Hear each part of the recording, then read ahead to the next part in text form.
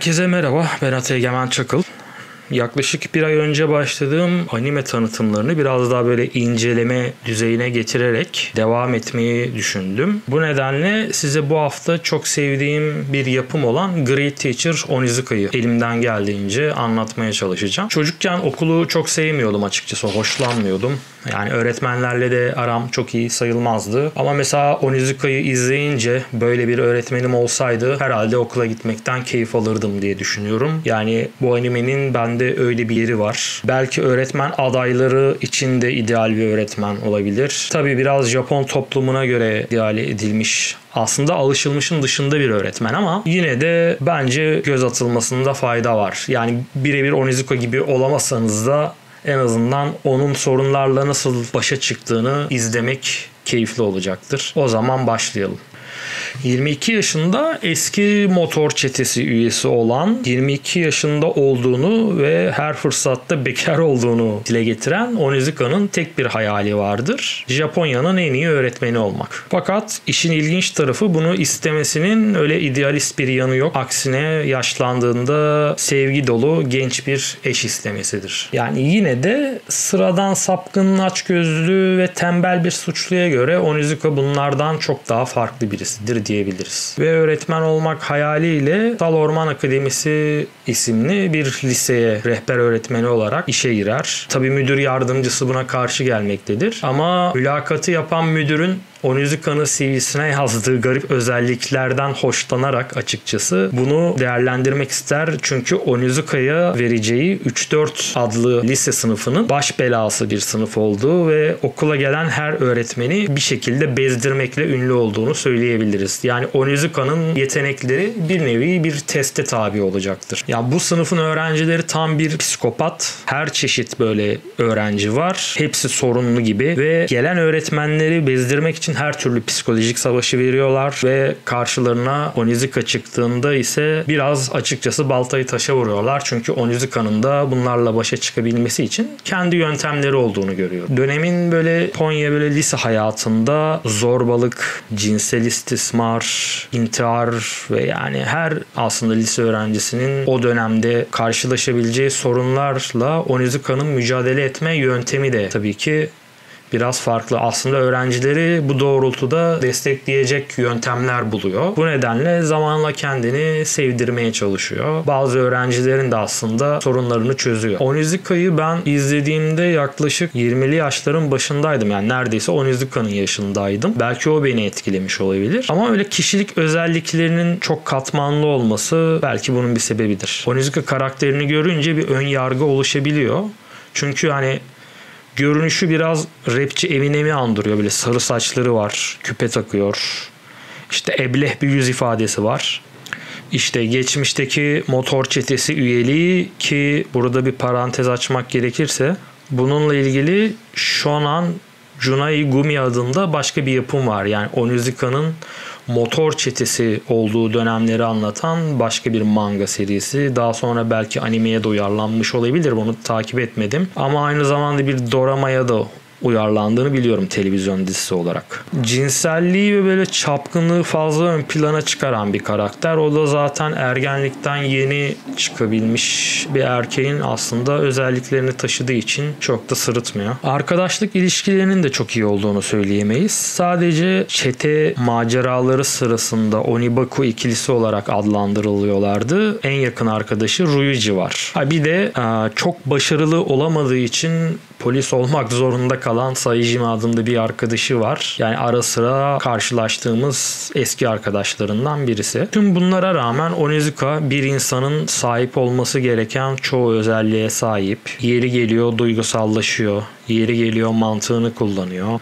İşte bazen libidosuyla beyni yer değiştirebiliyor. Ama her şeyin sonunda Onizuka'yı sevmemek için bir sebebimiz kalmıyor. Kendini çok sevdiren bir karakter olarak benimsiyoruz. Diğer önemli karakterlere biraz göz atacak olursak, açıkçası anime çok fazla karakter içeriyor ve hep önemli derecede işliyor. O açıdan ben başarılı buluyorum. Aizawa Miyazaki'den bahsedebiliriz. En önemli karakterlerden birisi. Miyabi'nin animedeki işlevi biraz dramatik yapının işleyişini dileyen ve sürdüren önemli karakterlerden birisi olması. Geçmişte yakın bir arkadaşının başka bir öğretmenle yaşadığı ilişkiden dolayı öğretmenlerden nefret ediyor ve diğer öğretmenlere yaptığı gibi 3-4 sınıfına liderlik ederek Onizuka'yı da bezdirmek için türlü dramlar planlıyor. Genelde diğer öğrencileri de Onizuka'ya karşı cephe alması için ikna etmeye çalışıyor diyebiliriz. Yine Kutsal Orman Akademisi'nin genç ve güzel yeni öğretmenlerinden Fuyutsuki Sensei'den bahsedebiliriz. Fuyutsuki öğretmen Onizuka'nın çekiciliğine çok karşı koyamayan ama Onizuka'nın yaptığı soytarılıklardan zaman zaman bıkan bir karakter. Ama her şeye rağmen Onizuka'nın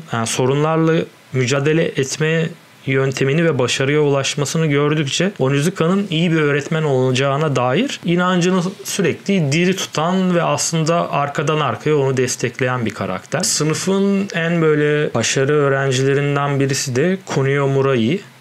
Yine Onizuka'yı andıran sarı saçlarıyla tuhaf bir öğrenci. Hatta Onizuka'ya böyle ilk yakınlaşan öğrencilerden birisidir diyebiliriz daha sonraki bölümlerde. Bayağı samimi oluyorlar. Yani annesi 13 yaşlarında hamile kalmış ve terk edilmiş. Çok genç bir annesi var. Bu yüzden bir tür böyle Oedipus kompleksi problemi yaşıyor ve doğal olarak Onizuka'nın annesiyle böyle iletişim kurmamasını engellemeye çalışıyor. Yani anime boyunca bu öyle bir çaba içinde olduğunu görüyorum. Diğer bir öğrenci de Noboru Yoshikawa. Yoshikawa ile Onizuka'nın tanışmasını Yoshikawa'nın bir intihar girişiminde olduğu sahnede görüyoruz. Noboru hem karşı cinsten olan akranlarının böyle zorbalıklarına maruz kalan bir erkek çocuğu. Artık dayanamayacak bir seviyeye geliyor ve bir gün okulun terasından intihar etmeye kalkıyor. Fakat atladıktan sonra bir şekilde Onizuka onu kurtarıyor. Ve bu şekilde tanışıyorlar. Hatta Onizuka ile ilk böyle arkadaşlık kuran da Yoshikawa diyebiliriz. Başka bir kız öğrenci ise Tomoko Nomura. Tomoko Nomura Aizawa'nın çocukluk arkadaşı aslında. Ama Tomoko'nun zihinsel bir tür hastalık, kusuru var. Bu nedenle biraz alay konusu oluyor sınıfta. Hatta Aizawa bu nedenle ondan uzaklaşıyor ve Tomoko bunun için çok üzülüyor. Ama Onizuka bir şekilde Tomoko'da garip bir popüler olabilecek bir yetenek keşfediyor. Yani bir pop idolu olma potansiyelini ortaya çıkarıyor ve Tomoko'yu biz gelecek bölümlerde falan bayağı popüler olmuş bir karakter olarak görüyoruz. Ve animenin en böyle tuhaf karakterlerinden birisi olan Uchiyamada Sensei'den biraz bahsedelim. Kutsal Orman Akademisi'nin müdür yardımcısı Uchiyama Sensei ile Onizuka arasındaki çatışma aslında animenin komedi unsurunu yaratan bir diyebiliriz. Yani sıradan bir aile babası, üniversiteye hazırlanan genç bir kızı var. Hatta Onizuka'nın onunla tanışmasına falan kızıyor bazı sahnelerde. Adamın işte tek böyle hedefi terfi olup müdür olmak. Biraz daha fazla maaş almak. Tabii bir de bir bölümde böyle Crespa model bir araba alıyor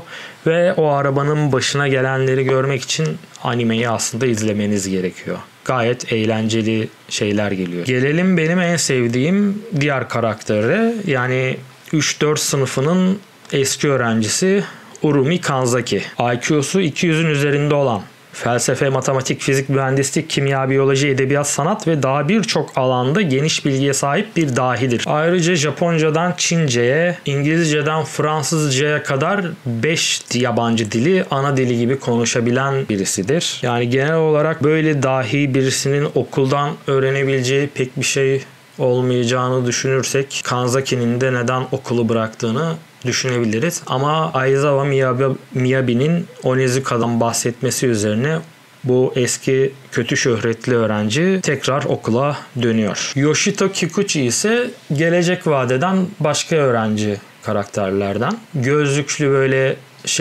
bilgisayar mühendisi bir şey var, böyle karakteri var. Yani fotomontaj üzerine başta bir şeyler yaparak Onizuka'yı bezdirmeye çalışsa da aslında Onizuka'nın diğer öğretmenlerden farklı biri olduğunu ilk fark eden öğrencilerden birisi.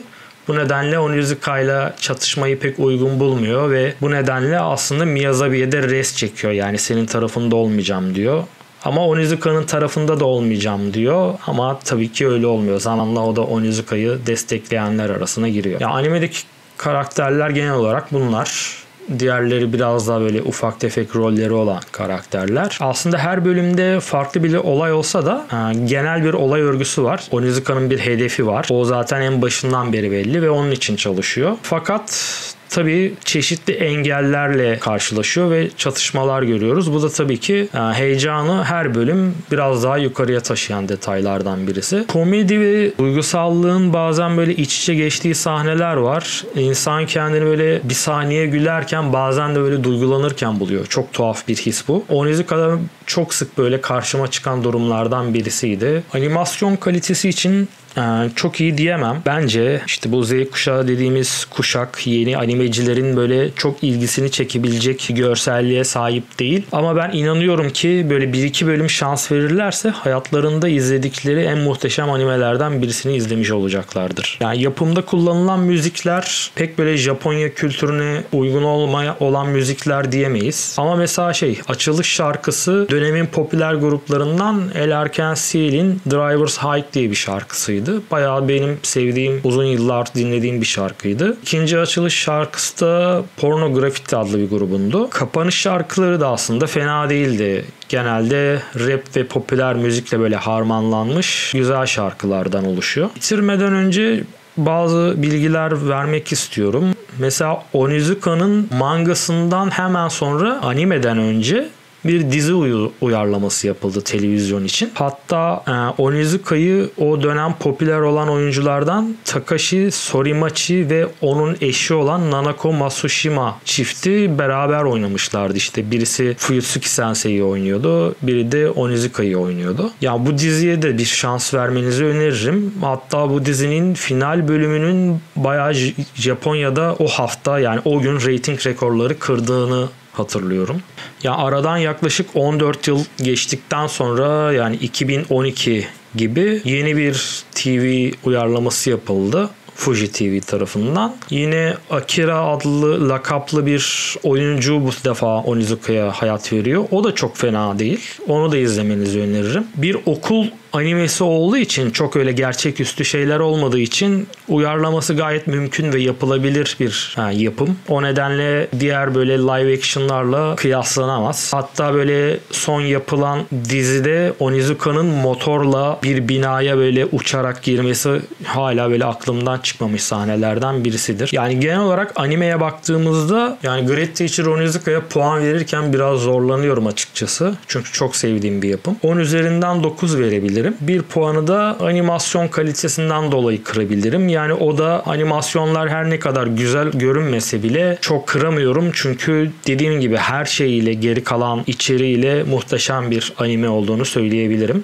Başka bir anime videosunda incelemesinde görüşmek üzere. Kanala abone olmayı, yorum yapmayı, paylaşmayı ve beğenmeyi unutmayın. Sizin de Onizuka ile ilgili yorumlarınız varsa aşağıya yazabilirsiniz. Daha sonra bu yorumlar üzerinden de bir şeyler yapabiliriz. Veya abi işte şu animeye de bak falan diyebilirsiniz. Açıkçası ben böyle 2010'lardan sonra çok anime izlemedim. Benim anime kafam biraz 1970'ler 2010'lara kadardır. Ama 2010'lardan sonra da böyle merak edip izlediğim yapımlar var. Açıkçası eskiden önüme ne koyulursa izliyordum. Şimdi belli bir yaştan sonra biraz daha böyle seçici olmaya başladım. Tutuyorum 2010'lardan sonra neyi seviyorum? Bungo Stray Dogs'u mesela hala izlediğim 4-5 sezon oldu. Takip ettiğim animelerden birisi. Ama mesela bir shonen'e eskisi gibi katlanamıyorum. İşte atıyorum Dragon Ball Super yok yani gitmedi bende. Atıyorum Naruto Shippuden'i bitirdim tamam. Ondan sonra ama Boruto hayatta izlemem. Yani çünkü shonen yaşını da geçtim artık yani ergen çocuk değilim. One Piece mevzusunu zaten hiç açmayalım. Bleach mesela olsa hala izlerim. Hatta en son çıkan sezonunu işte 2010'lardan sonra izledim. Hatta ne 2010'u 2020'lerde falan çıkmıştı. Tekrar bir Rurouni Kenshin'in yeni yapımına şans vermeyi düşünüyorum. Hatta onunla ilgili de belki bir inceleme videosu çekeriz. Başka bir dediğim gibi incelemede görüşmek üzere. Abone olmayı unutmayın. Abone olursanız bu yapımları anlatmaya incelemelere devam ederim. Öbür türlü açıkçası pek hevesim de olmaz. Şimdilik görüşmek üzere. Kendinize iyi bakın. Hoşça kalın.